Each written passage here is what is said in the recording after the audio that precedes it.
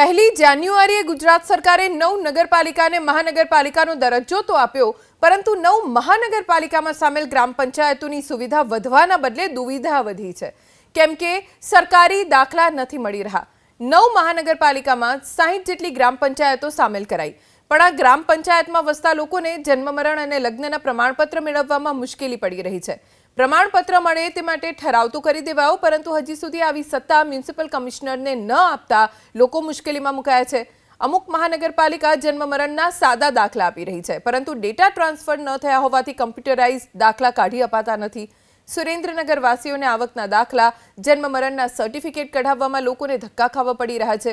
જન્મ મરણના સર્ટિફિકેટ માટે જો 1 મહિનામાં નોંધ ન કરવામાં આવે તો એફિડેવિટ કરી આપવું પડે છે, જેમાં સમય અને નાણાં બંનેનો વ્યય થાય।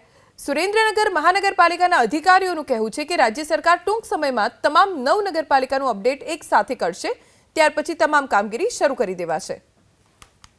મરણના દાખલામાં આ લોકો કહે છે કે કોર્પોરેશનનું અપગ્રેડ નથી થયું, તો તમે જાહેર કરી દીધું પબ્લિકને ક્યાંથી જન્મ મરણના દાખલા માટે ધક્કા થાય, મારા અહીં મકાન છે હાઉસ ટેક્સ માટે ધક્કા થાય કે કઈ અપગ્રેડેશન નથી થયું, વહીવટ ઠપ છે। તો આ કઈ રીતનો વહીવટ છે? કોર્પોરેશન જાહેર કરતા પહેલા તમારે આ બધી વ્યવસ્થા ગોઠવવી જોઈએ। આજે 20 દિવસ થયા તેમ છતાં નાના માણસોને હેરાન થવું પડે છે। જન્મ મરણની નોંધ કરી હોય તો નોંધ થતી નથી, દાખલો મળતો નથી।